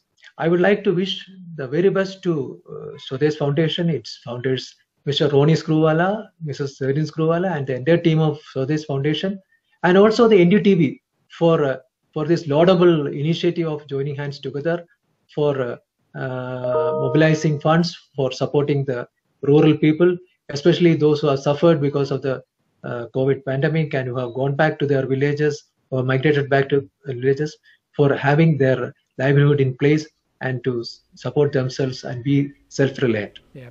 Mr. Maman, thank you so much for joining us at this stage. Thank you so much indeed. Mangesh ji, आप हमारे साथ बने हुए हैं, तो जो ये नैफिन के साथ ये क्रेडिट लिंकेजेस हैं, मार्जिनल फार्मर्स को जो पैसा जाएगा, जाहिर तौर पे हमारे किसानों के लिए तो एक गेम चेंजर होगा वहाँ पे। किस तरह से काम कर रहा है? हाँ निधि जी, ये एक बहुत जरूरी है। जैसे सरकार की नीति है, हमें अगर अपने देश में और खासतौर से गांवों में जॉब क्रिएटर्स तैयार करने हैं, तो ऋण की उपलब्धता को बहुत आसान और तेज करना बहुत जरूरी है। और आज से करीबन 2 साल पहले हमें ये परेशानी थी कि इतने आसानी से हम किसान लोगों की मदद नहीं कर पा रहे, तो सब नैफिन्स ने बहुत अच्छा एक हमारा साथ दिया है। और जिस तरह से उन्होंने अभी बताया 11 करोड़ के करीब उन्होंने जो लोन वितरित किए हैं, एक इससे बहुत अच्छी गति मिली है कामों में, और ज्यादा काम करने की जरूरत है इन परिस्थितियों में। लेकिन इसके साथ एक और निधि जी दूसरा जरूरी पहलू मैं जोड़ना चाहूंगा, और जिसपे हमने हाल ही में काम शुरू किया और एक अभियान के तौर पे हम आगे चलाना चाहते हैं, वो है फाइनेंशियल लिटरेसी का काम। फाइनेंशियल लिटरेसी इस वक्त बहुत आवश्यक है, खास तौर से जब वो एक इकोनॉमिक एक्टिविटीज में हर घर की भागीदारी बढ़ रही है और वो आगे जा रहे हैं। क्योंकि जब इकोनॉमिक एक्टिविटी बढ़ेगी, उनकी इनकम बढ़ेगी, उस इनकम का सदुपयोग कैसे हो, उस इनकम को कैसे सेविंग अच्छा किया जाए और री इन्वेस्ट किया जाए। और दूसरा बड़ा इंपॉर्टेंट इससे हमारा जो उद्देश्य है फाइनेंशियल लिटरेसी है कि क्रेडिट कल्चर समाज में कितने अच्छे ढंग से हम बना सकते हैं। तो क्रेडिट कल्चर को मजबूत बनाना, कमाए अतिरिक्त आय को अच्छे तरह से सदुपयोग करना, इसके लिए फाइनेंशियल लिटरेसी पे हम जोर दे रहे हैं। और ये क्रेडिट लिंकेज इस तरह से अगर और मजबूत होगा तो हम ज्यादा से ज्यादा लोगों की मदद कर पाएंगे। Mangesh ji, thank you so much for sharing your thoughts on that. But we've got some great news. I think Zia wants to make an announcement. Is that right, Zia Modi? Is that you wanted to say something? Go ahead. So I wanted to end by saying that, you know, these telethons are so inspiring and so many of us participate because we believe in Swades, right? But it just doesn't go on running without the donations that we need to give for the foundation to do better and better. And if we are inspired by what Swades is doing, then we really should be offering to donate something. For my part, I would be very happy to donate 10 lakhs to Swades today. And I really hope that everybody who is participating and listening can also find it in their hearts today to be a little generous and to help Ronnie, Zarina and Swades carry on their really fantastic work. Congratulations. That's absolutely. Thank you, Zia. Thank yeah, you. Ronnie and Zarina, you want to react to that? Anything you want to tell Zia? But thank you. Oh, just to thank her, and really it's so generous. And to the viewers, I mean, to give is really a joy, as I think Manika said, giving is a joy. So please take part in this joy of giving, because it does help people. And I think right now, if we don't help people, then when will we help them? Now is when the help is really needed. Arun Nanda, the founder and chairman of... yeah, go ahead, Pranoy. Yeah. I just say, we just wanted to remind viewers that 10 lakhs could, when it gets to farmers, it becomes 30 lakhs. Because it's going to be multiplied 3 times because of donors and corporate donors and Swades. So it's fantastic. Thank you, Zia Modi. Thank you, Zia. Just coming back to something which we discussed earlier, the concept of women being key to the process of transformation. Now, it's so true, isn't it? You empower the women, who are involved in the process, and it's not just her. You're empowering her entire household as well. Zarina, you want to come in on that? When we speak about empowerment of a woman, we are in a sense, in so many cases, empowering the entire family. No, there's no doubt about that. I mean, as I said before, women use their wealth differently from men, and whether they use it more carefully or I think we've left women out of the development process for many, many years, for decades, maybe for centuries. I think the time has come to change that, because we have seen when women take charge of the wealth of the family, they nurture the children in a different way, they give opportunities in a different way, and it is a critical part of the development process not to leave women out, to make them equal partners. And it's a difficult thing to do, because we are a patriarchal society. And but it is essential, it is needed, and it should be something that we all focus on. Amitabh Kant, the CEO of the Niti Aayog, it's great to have you, Dr. Kant, on this program. Now, the Niti Aayog has a huge job, catalyzing economic development, coming up with ideas, programs. Building livelihoods is very much at the core of what you do. You've spoken about it ad nauseum. But in the situation that we are in now, how urgent is it to speak about livelihoods and to try and do something to generate jobs? What the world is facing today is an unprecedented scenario. COVID-19 has taken the world by surprise. Many people have lost their lives and many people have lost their livelihoods. The global economy has been hit extremely badly. As the Apex policy think tank and the nodal development coordination agency of Government of India, one of our aims is to champion cooperative federalism. We work with state governments, NGOs and the private sector with the aim of catalyzing the economic development of India and ensuring that no Indian is left behind from India's development story. Recently, the Prime Minister entrusted us with the responsibility of working with the private sector to develop technology products which will enable India to leapfrog in the post-COVID era. We are going full steam ahead to develop projects and products which will cover a wide range of issues, including financial inclusion, education for all, skill matching, in order to provide livelihoods. Ultimately, it is the people of India who will drive our growth stories. People are the building blocks of economic development of India. We provide them economic opportunities, and we must skill them in a manner that we do not just make them employable, but we make them capable. We make them capable of defining the future of our nation.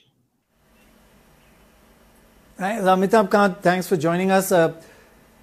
You're really involved in a lot of macro projects and you also have on-ground experience.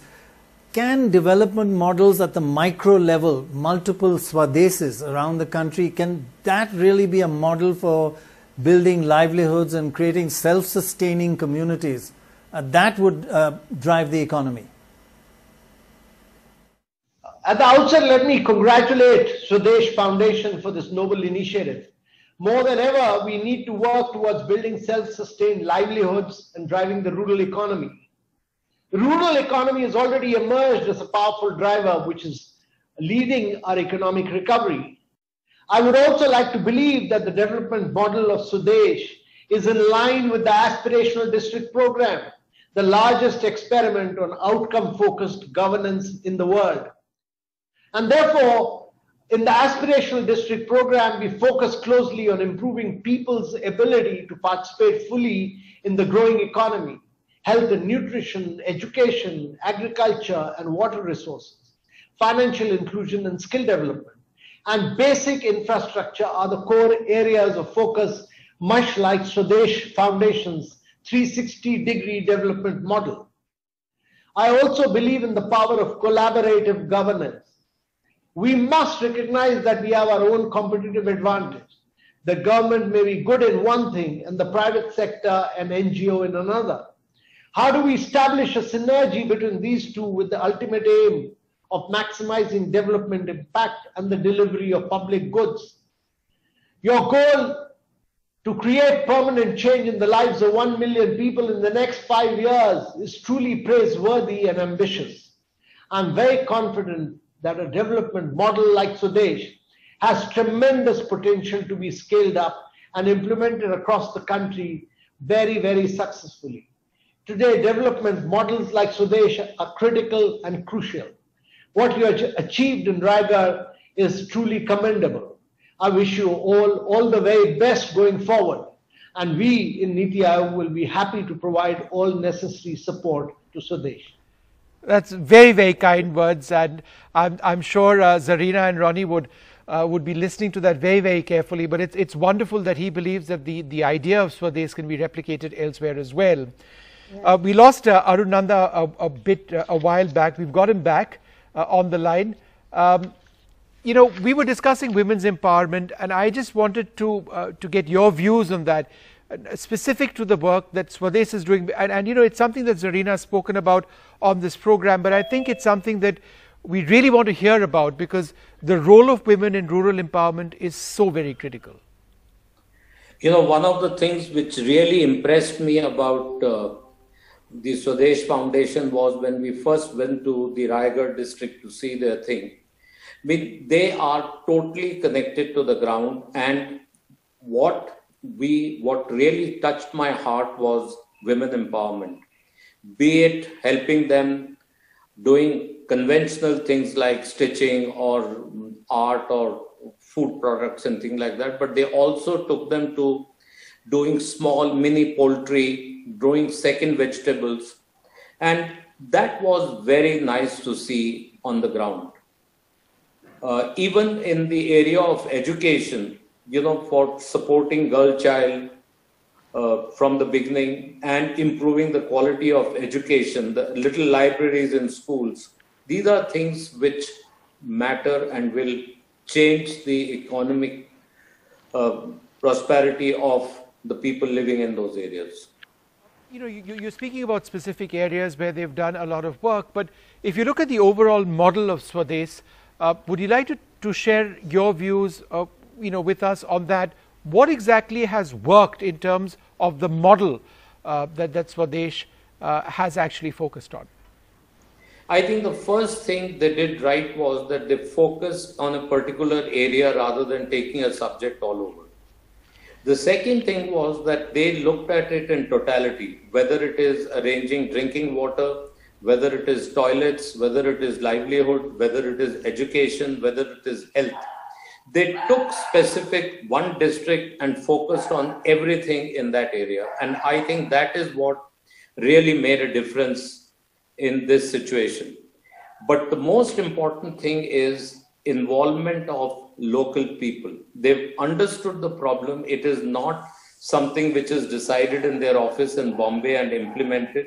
It is something that the people, they have a very strong committed team. The team goes to the ground, they interact with people, they understand the problem, and the solution is specific to the problem, especially particularly in the area of women empowerment. It is not something which is decided in the office and implemented. Yeah. They talk to the girls, find out the ladies, what are their skills and what is it they can do, and then devise something around it. Yeah. But the biggest thing is of the success, besides the focus in a particular area and understanding, is the commitment of Ronnie and Zarina and the team that they have got. They're totally committed to the subject. Zarina, you want to say something about your team? Just very briefly, we've got Kaushik Shaparia with us. I mean, the team must mean the world to you. Absolutely. You know, we were telling them that it may be our dream, but they make the dream come true.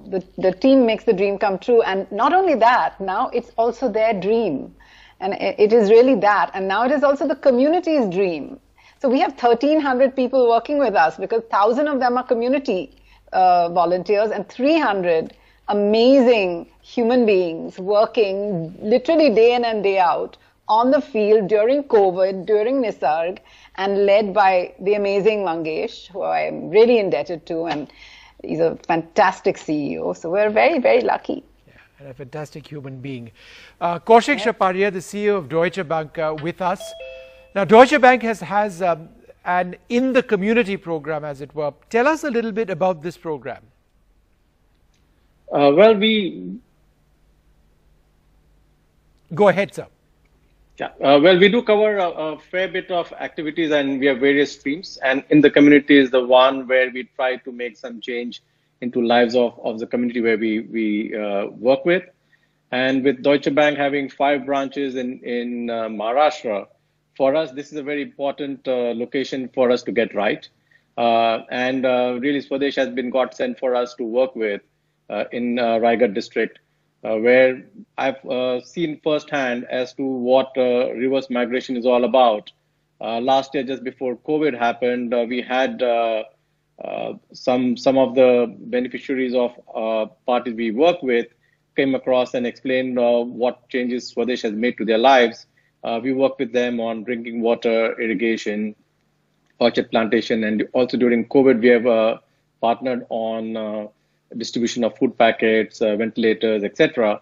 But the one which really stood out for me was how Swadesh has helped people move back from large cities where they do pretty menial job of watchmen earning 10,000-15,000 rupees to having a much better livelihood back in the village by providing them employment of their own, self-employed, get their own land, grow their own stuff with good irrigation practices which others copy thereafter. So really very proud for Deutsche Bank to get associated with NGOs like Swadesh. We work with more than 20 plus NGOs, but this thing which some of the other panelists said before of concentrating on one location and then really doing 360 degrees around that is really very impressive. And really to find city dwellers like Zarina and Ronnie having such a deep knowledge of locations like that was eye-opener for people like me. And I need to put something in now, and I will let COVID get out, and I'll work on that. That's a promise. And Kaushik, I just want to sort of... Actually, Kaushik Shaparia, one of the things that inspired us and impressed us a lot about Deutsche Bank's involvement is not with Swadesh, not just about partnership and CSR. Many of your staff have actually been doing volunteer work themselves, right? That's true. For us, we actually like to make a competition within the bank for which NGOs we will support more, depending on how much participation we get. And clearly, Swadesh has got a very large share of our spend, and that's thanks to the kind of work which we are able to do with the community. So it's very important that we should just not be writing checks and assuage our guilt, but really work along with the people who are we partner with towards the beneficiaries which get benefit out of that. And again, thank you very much, Swadesh, for that. Thank you.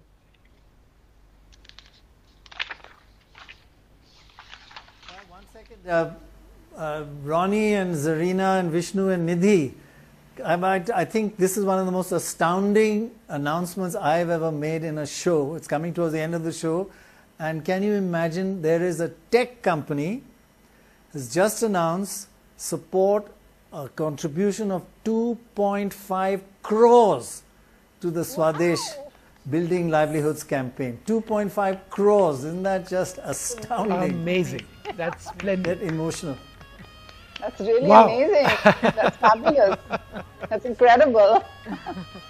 No, thank you I was so really much. not expecting that. Wow. That's.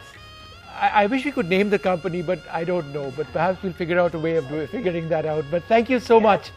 Thank you so much indeed. We're joined now by Harsh Mariwala, the founder. Permission. Yeah, that's right. They want to remain anonymous for now, but we'll try and get their permission because We it's will. really It is astounding. Wonderful. It is astounding. It's a tech company. It'll always come out.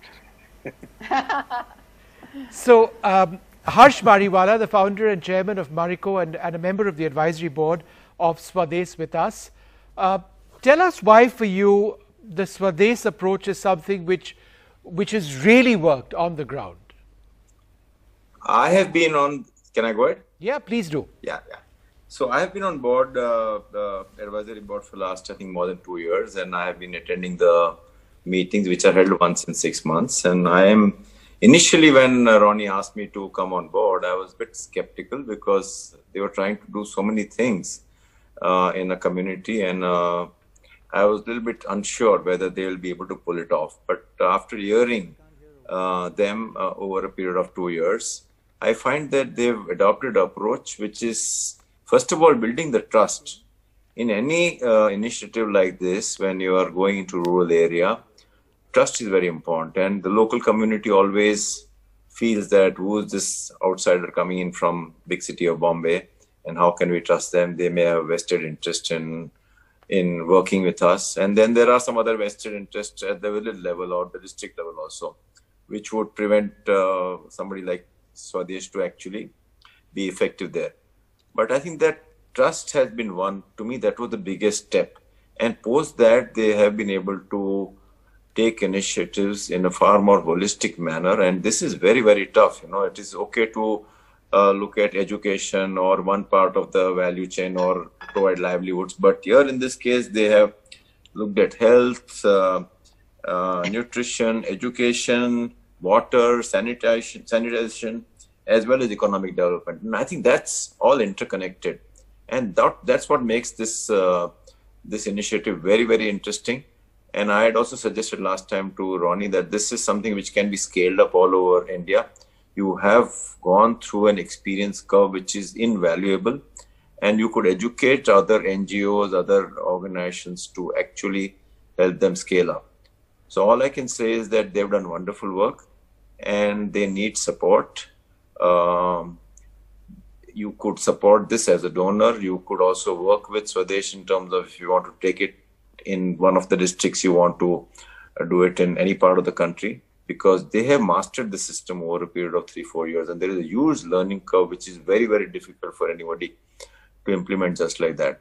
So I would just end by saying that they're doing very good work and they need support. So I would say that either you do it directly or do it through your own NGO, and they will support you in terms of giving you know-how. Harshi, the work speaks of dedication actually. The current focus is of course on reverse migration and the people who have returned to the areas you work in. 90,000 people, we believe. So that's a very large number. Harshji. So, it is a very large number, and yeah. I also feel that the commitment and dedication which Zarina and Ronnie has been showing in this is amazing. They go to these small towns over weekends, spend time with them, interact with the team. So it is just not giving money; it is active involvement, which is making it succeed in this district. So the active monitoring, tracking, involving the advisory board. I think these are all very, very important initiatives, important elements in the success of this model. Thank you. Thank you so much. Thank you very much. Thank you. Mr. Mariwala, thank you very much indeed. Can I just sort of wrap up with the two questions, one to Zarina and one to Ronnie. Just very quick questions. Zarina, taking the Swades model across the country now, is that your next big goal? I mean, we all hope so, but is that really your goal? So, Pranoy, really, the idea is to create a model. And then once I would love to have a Swades app where you download it and we give you a step-by-step as to how to go about it yourself. If you're a young boy in a village and you want to lift your village out of poverty, what are the steps? Of course, this is a dream. I don't want it to just stay in India. I want it to go everywhere. And I think now, and as Harsh was saying, and he's been really telling us this, that their learning curve that we have had over the last 6 years, we have made so many mistakes, Pranoy, and those mistakes, we've converted them into learning, and we've changed and we've tweaked. And now I think we have something that works. It really works. So I would love to see it all over the world. And the other thing I would love to see is these dream villages really blossoming all over the place. And I want, one last thought that I want to say, two things, is I want to make rural cool. I want that urban-rural divide to dissolve, okay? And I really believe in this promo that we've been playing also in Swa Se Bane Desh. I want our rural communities to believe that they're in charge of their own destiny. I want them to be happy, and I want them to celebrate, and I want them to help each other. So that's what I really want. Wonderful, wonderful. And I think, like Zia Modi says, when we hear both of you, we know it's going to be a success. So Ronnie, I'm going to ask you a question which you've been asking me repeatedly for the last maybe 25 years. Where do you hope to see yourself and the foundation 5 years from now? Well, firstly, to better anything with the passion with which Zarina speaks is always tough. So maybe you should have asked her the last word on it rather than me, but I'm going to try my best. I think we will go back to Zarina and let her have the last word after you. Please, that'll be absolutely great. We're talking about women empowerment in any case, so I think that's going to be important. But, I think what we've done in the first 5 years is laid a lot of foundations. To me, actually taking Swades digital is something that is a really big vision for us. And I know COVID has sort of triggered that, but it is a big vision for us. Because I think everyone thinks, oh, digital, right. And you relate it to urban India, and you always look at that divide again, as Zarina spoke about. So that's one element that I want to see change. I think, yes, we want to take this model nationally. Part of our entrepreneurial zeal was to create an execution foundation on a holistic basis that can actually be shared with a lot of people. Unlike in the corporate world, it is a collaborative effort in the social world. It is not a competitive effort in the social world. So to that extent, for us to change that is important. I think the reverse migration, we've realized it a long time back, but today we realize it where everyone's seen that at railway stations and everywhere else. So there's almost 80, 90 million people that are neither rural nor urban. And I think now over the next 2 to 3 years, what do we need to do to give these people who otherwise feel orphaned in both sides? That's one of the most important things that I think is a mission for us. End of the day, we want to change people's destinies. And the only way you can impact people's destinies is if you put money in their pocket, they understand financial inclusion, and they feel you don't need them anymore. And that's really pretty much what we want to achieve. It'd be fantastic to see that's if the key. Not just give away money, but money that creates a sustainable living. And Zarina, last word with you. Thank you. Big thank you to all of you, really, for all this effort, and big thank you for all the donors and all the donors that are to come. Really, there are a lot of people that need help, and I'm thanking you in advance for all the donations you're about to give us. In fact, so thank you, Binoy, thank you, Vishnu, thank you, Nidhi. In fact, Zarina, the donations are still coming in. Remember, this is an ongoing campaign, and we just want to keep highlighting that. It goes on well beyond tonight. And we'd like to thank Mahindra Holidays and Resorts India Limited for supporting over 150 rural lives. I think it's a fantastic contribution over here. Thank you so much indeed. वाकई में thank you Zarina. Thank you very very much. Thank absolutely you. Zarina and Ronnie का बहुत-बहुत धन्यवाद कि आपने हमें एक आत्मनिर्भर मॉडल दिया है जिसको पूरे देश भर में अपनाया जा सकता है. Thank you. Thank you. Thank you so much. Thank you.